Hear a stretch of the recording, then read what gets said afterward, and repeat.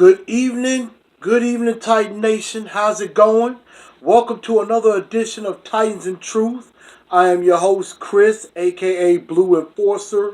I want to apologize to everybody for the technical difficulties from yesterday. So I am redoing everything now, and I'm gonna bring you a fresh episode, and so that way it's done in its entirety, and I will have this out as quickly as possible. What I want you to do is to share this show, share it out to everybody in YouTube land, everybody on the Facebook. If you got Instagram, put it on Instagram too. A little bit of the clips. Definitely do that. Also, comment. Let me know what you think of the show. I want to hear from you. I want you to know what you think. You come to me with your questions and everything, but I also want to get some comments on what you think. And last but not least, please subscribe to the channel if you haven't already. I would love to get up to 200 by the San Francisco game. My aim is to get up to 400 by the end of the year, but I need your help to do that. I need all of y'all to chip in with me and to help make that happen. So definitely subscribe to the show, and we're gonna definitely get this show started. And first off, I definitely want to give my last thoughts on the game with the Houston Texans. And before I do, I want to give a shout out to my man Kihai Salvador out there in Hawaii and Honolulu. Aloha and mahalo. Sporting the Hawaii shirt that you sent to me, for Marcus Mariota, since that is his homeland down there in Hawaii. And I hope one day I get to come out there and visit. And Kihai, hopefully one day you and me can sit at a bar and have a good drink on the island. So thank you very much for this, and a shout out to you. But let's get started about this game. And this is a big win no matter how you try and slice it. 24-13 over the Houston Texans. We're 8-4 on the year, and this was a very good win on a lot of different levels. Division-wise, which is something that they really wanted to improve, was the division record. They're now 4-1 in the division with one to go, and that is Week 17 against Jacksonville, which that game looks like it's a collision course for the AFC South Division title. That's going to be the make-or-break game, and it looks like by both teams will probably be in the playoffs by that time. It's just who's going to be hosting a home game and who's going on the road. That's basically what happened. But here are a few thoughts from the game that I had. First off, the Titans actually ran the ball very well to the tune of 198 yards. Derrick Henry rushed for 109 of those yards, including a 75-yard nail-in-the-coffin touchdown. Marcus Mariota had 23 yards rushing, including a touchdown on a student body left option play, which I really like those option play with Marcus. And then DeMarco Murray had a decent game, 11 carries, 66 yards. I know if you look at the numbers, that's not a lot, but given that DeMarco punched off a few runs of 7, 8, 9 yards, and then a gain of 22, he's slowly coming along. Looked like he could be coming back to his normal self. So that was something that was really good to see out of DeMarco Murray and Derrick Henry. Good job with the rushing attack. I mean, I know the Houston defense is a bit beat up, but hey, take no team lightly. None whatsoever. They still have Jadeveon Clowney on the team. They still have Brian Cushing, Zach Cunningham, Jonathan Joseph. They still have some very good players on that defense, but they have been a bit beat up, but I'll take nothing lightly. 198 yards was a big day. Delaney Walker showed why, and this is no disrespect to Gronk or Travis Kelce, Delaney Walker's the best tight end in all the league. And his toughness, his grit really showed in this game. 5 catches, 63 yards, and the go-ahead touchdown in the end of the third quarter, which was very impressive. He got a little nicked up on that play, but he finished the game. He's a warrior. He's being limited and not really practicing much this week, but unless Delaney Walker loses a leg or just can't walk, he will play Sunday. I'm not worried about that one bit. So Delaney's going to be fine in my honest opinion. the defense really stepped up to stop the run. They really took care of the run first and held Lamar Miller to only 56 yards on 15 carries. Also, the pass rush started to get after Tom Savage late in the game. I mean, yeah, I know Tom Savage threw for 350 yards, but they only held him to 13 points. They sacked him 4 times. Daquan Jones had a sack and a half before he ended up going out of the game with an elbow injury. And unfortunately, come to find out, he will be on IR for the remainder of the year. And that may have been his last game as a Titan. I don't know if they're going to, decide to bring him back or not. Or if they're going to go in a different direction. So we'll have to see what happens in the offseason. But definitely a speedy recovery to Daquan Jones. Heard his surgery went really well. Also, the corners, even though 356 yards was given up, all in all, I think the defense did a pretty good job, especially on DeAndre Hopkins. We saw a lot of Logan Ryan on DeAndre Hopkins. He really kind of held him back. And then, LaShawn Sims, ended up facing him when Logan Ryan went out. And he ended up making the play of the game with a big interception in the fourth quarter in the end zone on DeAndre Hopkins. And go to my page. There was a clip from, I think it was Inside the NFL, and Jadeveon Clowney was talking all kinds of crap to LaShawn Sims as they were getting ready for that play, talking about, hey, 36, I've never heard of you. We going to expose you. And then when LaShawn Sims got that interception, the look on Jadeveon Clowney's face is absolutely priceless. It is priceless. He have nothing to say on that after what happened there. So that's on my Facebook page. Definitely check it out. I shared it. It is too funny. It is amazing. But I did like the fact that we shut him down. 8 catches for 80 yards. He didn't have the big game like he did against us the first time. And that was something that was really good to see. And last but not least, although it took a little bit of time, I got to give a big ups to the crowd, to the rest of Titan Nation for stepping up. Definitely in the fourth quarter, because, it got definitely loud up in there to the point where it was so loud in the fourth quarter. There was a fourth down play, and we ended up causing the one tackle, I think his name was Jeff Allen, to false start 3 straight times. And instead of it being 4th and 4, it became 4th and 19. Now, unfortunately, they did convert that 4th and 19, but then the interception came afterwards. So that was really telling that I think the crowd is coming back in, but we need more of you. We need more of you. That's something I'm going to talk about a little bit later is what's up with the excitement? Where is it? And that's something we're definitely going to get into on that. So big ups to LaShawn the Mouse Sims. And I believe they call him that because he really doesn't say much. He's really quiet. He just goes out there and makes plays. And that's something that was really, really big on that. And so, with that being done, it's time to give out the Two-Tone Blue Star of the Week award. And of course, they got to go to the best player of the day. And I did get a few nominations on that. I said, looks like Brandon Bowers went with Delaney the Truth Walker as the star of the game. Shane Alvarado says star of the game is either Lawan or LaShawn Sims. And, he was like, basically the D closed with that pick. But, oh boy, what a call by Taylor Lewan. And I definitely liked the play call that Taylor Lewan put together. And, that was really, really cool on that day. He just said, hey, let's do this. Let's do this toss on this play. And that was the one that went for 75 yards for Derrick Henry. Had a couple of other nominations as well. I'm trying to see on that.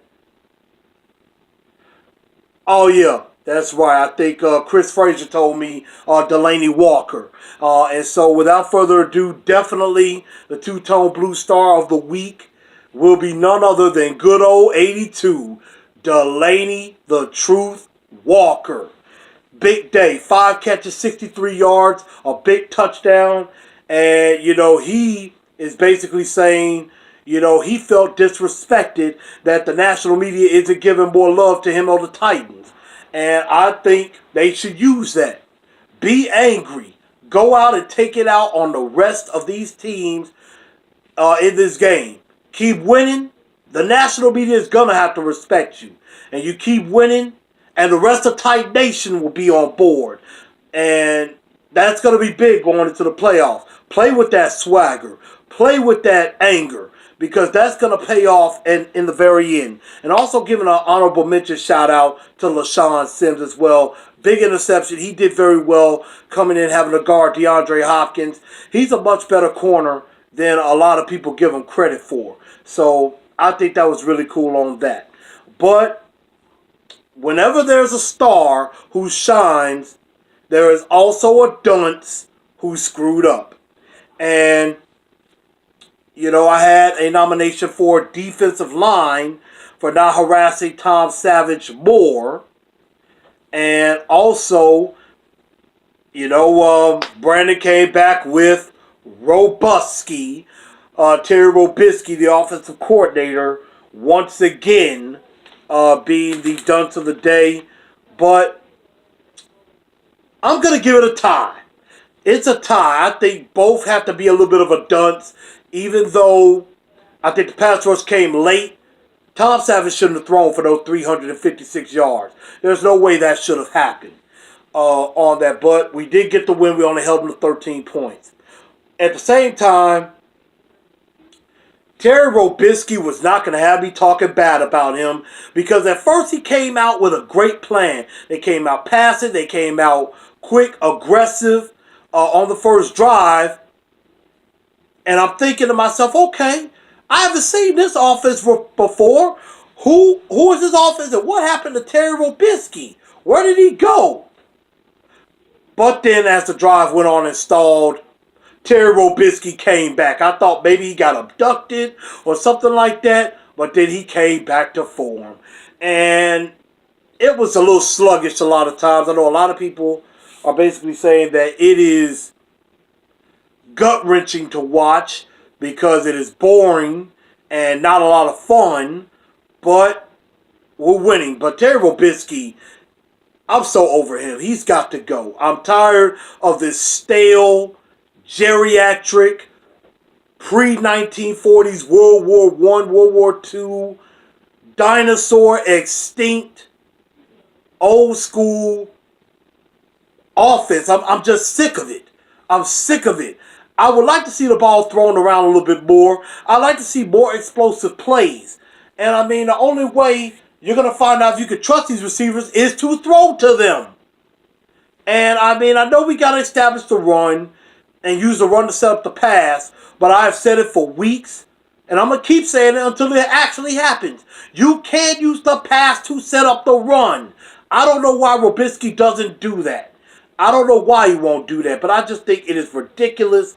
So that is why I give it a tie to both the defensive line as well as Terry Robisky as the dunce of the day. And before we go any further into Pick My Brain, I want to give a shout out to a couple of sponsors of Titans and Truth. First and foremost, Rose Jewels Boutique and my girl Allison Conley. You can hit her up on her Facebook page, Rose Jewels Boutique, as well as her Instagram, also Rose Jewels Boutique. She can make some of the best jewelry around. That is why I call her the jewel connoisseur of this world and any other world, known or unknown. So she can make jewelry in a style, ladies, that you love and represents you. Fellas, she can make jewelry for you as well. She can make a necklace for you, bracelets, anything like that. She's going to be making me a necklace, a Titan necklace. So I'm working on that, something that I can wear to the games and wear it proud. So that's something that you could definitely do. So hit her up at Rose Jewel Boutique and let her know that Chris of Titans and Truth sent you. And also to my cousin LaCrystal Cleveland, Craft Gasmint Creations. She has a Facebook page as well, and also on Instagram. Can make some great shirts. The Titans and Truth shirt that I know a bunch of you have seen me in, she made that for me. She's making another one for me, and she can make that same shirt for you as well. So if you want a Titans and Truth shirt, she can make it for you exactly like how mine is made. So let her know. You hit her up, and she'll let you know how much it is, and she can have that made for you. Craft Gasmint Creations. Go ahead and check that out. And now it is time for your favorite segment and mine. It is time for Pick My Brain. Pick My Brain. And you can ask your questions to me. And that is the part where you get to ask me questions. Wanting to get my thoughts on some things. So you get to pick my brain a bit and have a little bit of fun. And we're going to go ahead and get started. Brandon came in with a question saying, with a segment done on ESPN with Jeff Saturday, said regardless of anything, good win, bad win, great teams find a way to win. He said he agrees that we may not win pretty, but we are winning. But the question is, why do we have so many people bashing a winning team? So negative on threads. He's trying to block it out, and we're the Titans. That is an excellent question. Now, I can't lie, I did complain about the Browns game. With it being 12-9 and things like that. I thought that was the worst kind of a win we could ever have. But now, when you think about it, and, this is going to tie into the Blue Bombshell question I will ask later. What's up with the bashing? Why is there not more excitement, more love for this team? And they're winning. I mean, a lot of us would have been complaining like crazy if they had lost all these games. And, instead, you're still finding reasons to be upset and they're winning? What's up with that? I don't know. Fact of the matter is, we should be proud of this team winning these games. It doesn't matter. I mean, this is who they are. They're going to be a team, they're going to gut it out. And, they're not going to be perfect. They're going to struggle at times. But when push comes to shove, when it is time and the game is on the line, they come through and they find a way to win. That is all that great teams do. Yes, these are against lesser opponents. But this is going to get us ready for the playoffs. In the playoffs, all the games are going to be close. Because it's going to come down to that one possession. It's going to come down to that one stop. It's going to come down to whoever makes that last mistake. And that's going to be major. So, Titan Nation, quit complaining about how this team is winning. Rejoice in the fact that they are winning. And don't forget about where we came from. Do not forget where we once were. We were at a point that we had won 5 games in 2 years. In 14 and 15. 5. In 16 and 17, we have tripled and are about to nearly quadruple that amount in 2 years. Malarkey's already won 17 games in 2 years already. Ken Whisenhunt could not do that if he had an all-star team here. So, everybody quit complaining so much. Enjoy the fact that this team is 8-4. Enjoy the fact that this team is here. And do not forget where we came from in the past. Okay? And so another question came from Chris Frazier, who said, was Corey Davis a waste of a first-round pick? That still remains to be seen. I'm going to say no. because he's shown flashes that he's got the potential to be a terrific receiver. I just think he got held back with, the injuries he was recovering from college. That's why he didn't participate in the combine, and that's why he wasn't around for OTAs. And of course, he still missed training camp as well. And he just hasn't had a chance to bond with Marcus yet. I think next year is going to be a tell-it story for Corey Davis. And I still think this year he could have some moments. He came out good in the Raider game. And then he had some flashes when he came back for the game against Cincinnati and Baltimore. And so the flashes are there. I just think Marcus needs to trust him more. Robisky needs to trust him more. And just feed him the ball. And what I'm disappointed in, they have not used Corey Davis or Taywan Taylor correctly. They're not using them on crossing routes, slants, none of that type of stuff. I would be running slants and post routes to the middle of the field all day, every day with these two. When I play Madden, I'd go with some crossing routes all day with Corey Davis and Taywan Taylor. I run some slants with Corey Davis. I run some deep cross routes with Taywan Taylor. And I believe on my Madden game, and it's just Madden, Taywan Taylor lead my team in catches.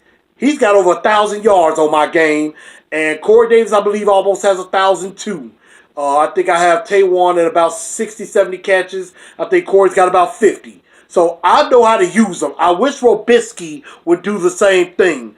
But we know that's not going to happen. So I don't think he's a waste. I think it's too early to tell.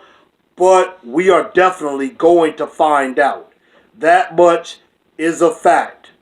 I had Adrian come in.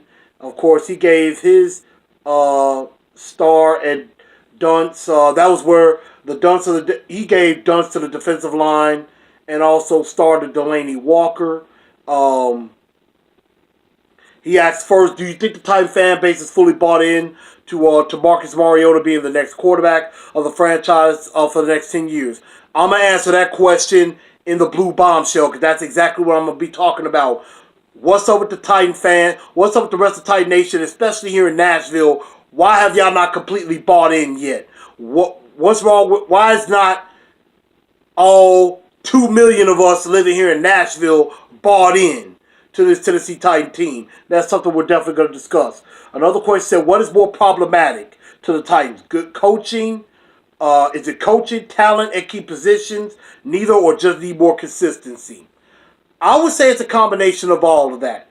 Definitely need to be more consistent.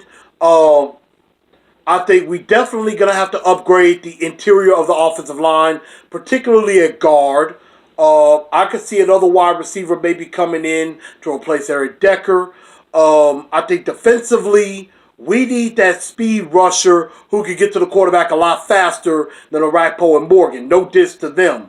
And we're going to need a guy that can play defensive end in a 3-4 system. Avery Williamson's in a contract situation. I don't know if he's the answer at middle linebacker. We need a guy that can be a thumper with some speed, and a guy that could get out and cover some running backs or tight ends. And I still think we need a strong safety. I'm not completely sold on Jonathan Cyprien. So, I can see a guy like a Derwin James, if he falls that far, which I doubt, could be a good pickup there as well. So, yeah, those are some key positions. And coaching, I think, is a major point. With that, like I've said with Robisky 1,000 times, I'm out on him. I'm done with him. He needs to go. Another question he had is, what is the ceiling for the Titans this year? Playoffs? If so, how far?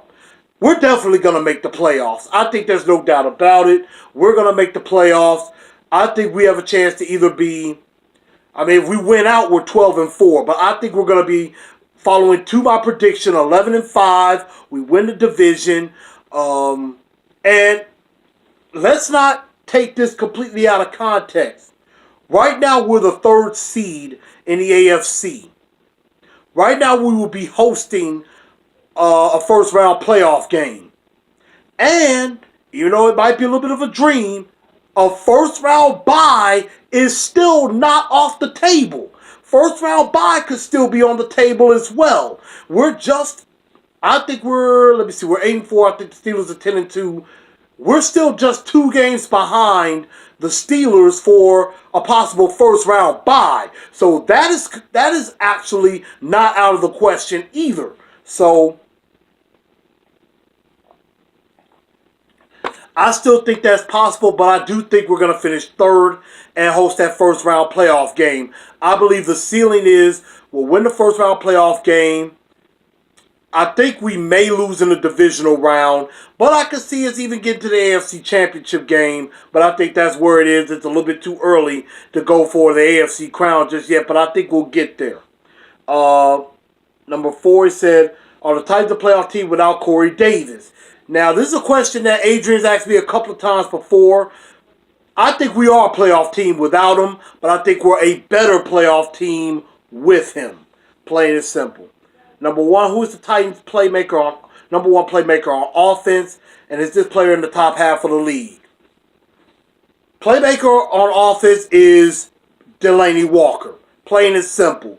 He is Marcus's number 1 go-to guy, and he has proven that for these last 3 years. He has been a major part of what Marcus Mariota's been able to do. And yes, he's in the top half. Like I said earlier, he should be considered the best tight end in the NFL. Again, no disrespect to Gronk or Travis Kelce. I just think Delanie Walker is better, more consistent.